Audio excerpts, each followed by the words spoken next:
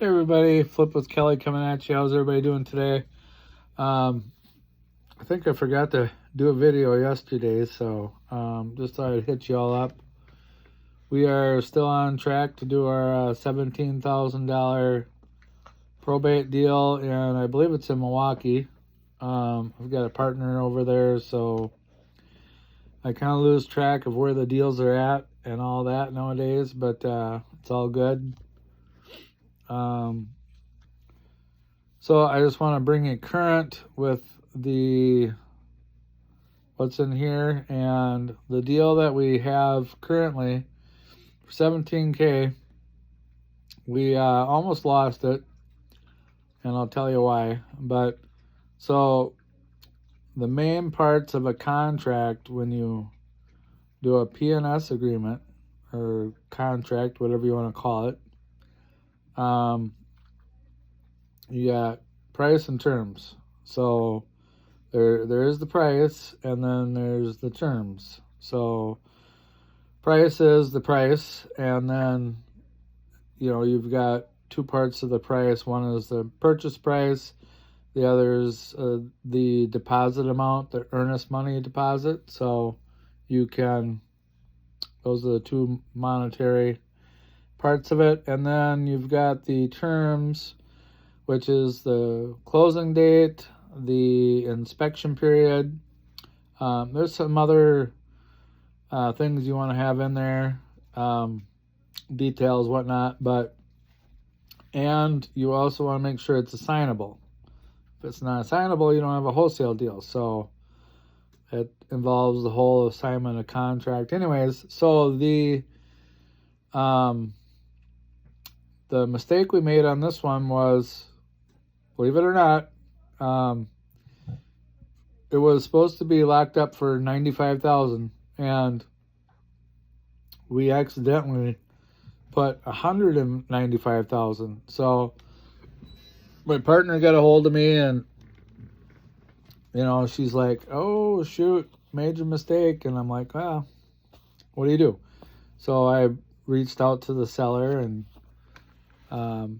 she's a bit of a texter. So if the seller is a texter, then I typically will adapt to their form of communication.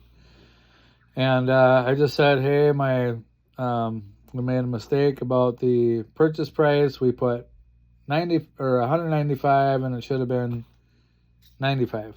So I said we are going to send you over an amendment and get this fixed up ASAP." So she's like, "Okay," and we sent it over to her, and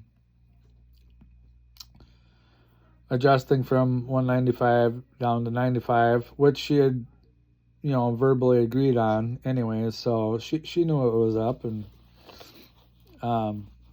she was still in agreement. She wants to get her house sold. That's a motivated seller. They want to get their money. And if they're an honest person, they're gonna say, "Oh yeah, that's what we agreed on, so this is what we got to do." It's just kind of common sense. But so she signed it, and we're back on track. So back on track for 17. But some people could say, "Hey, they made a mistake and I changed my mind," or whatever. So double check the price and the terms.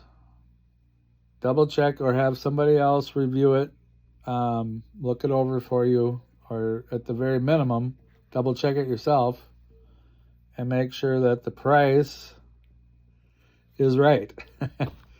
So before you send over your DocuSign, or however you go about having your seller sign. So, and then there are a few different ways you can do it with the seller. You can, if you have the capability of doing like a DocuSign or an e-sign, that's cool.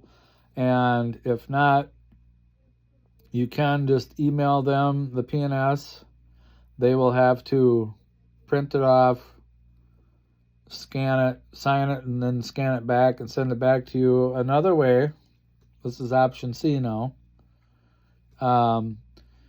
you can email them like either a blank contract. You you can email them a contract that has the price and terms all spelled out, but then also, email them or tell them, hey, I'm emailing this over to you. Don't sign it. Look it over, see if you agree to it, and then have the title company, who has the ability to do e-sign if you don't, have them email over the DocuSign. So then they will sign from the title company. This also is a double whammy because the title company will give you trustability, right? So you can also go meet them in person. You can also go meet them in person at the property. You can meet them in person at McDonald's for a signature and or to discuss price and terms beforehand.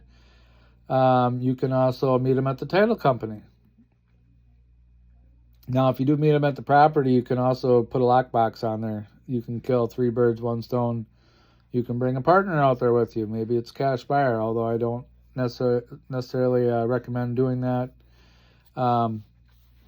So there's all these nuances. I thought I was going to mention one other thing too, but there's so many things to talk about.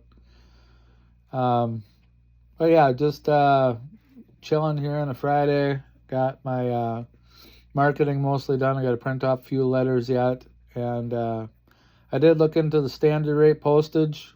Some of you may want to do that. It's cheaper, however. For people to open a letter, I'm kind of thinking go with the stamp, even though it's a nickel or whatever more.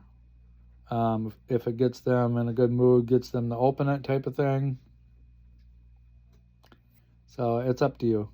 But the other options are, instead of standard rate, you can go with the postcard, which is kind of appealing to me. I've sent out thousands of postcards before, so I don't like doing those mass mailings so much anymore. You can send out $5,000 worth of postcards and get a $20,000 deal, which ain't a bad deal.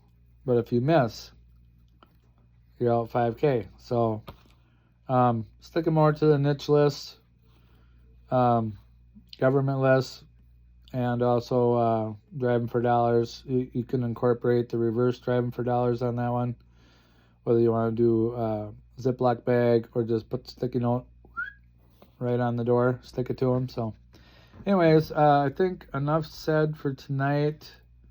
Got across some value to you guys. I hope you ate it up.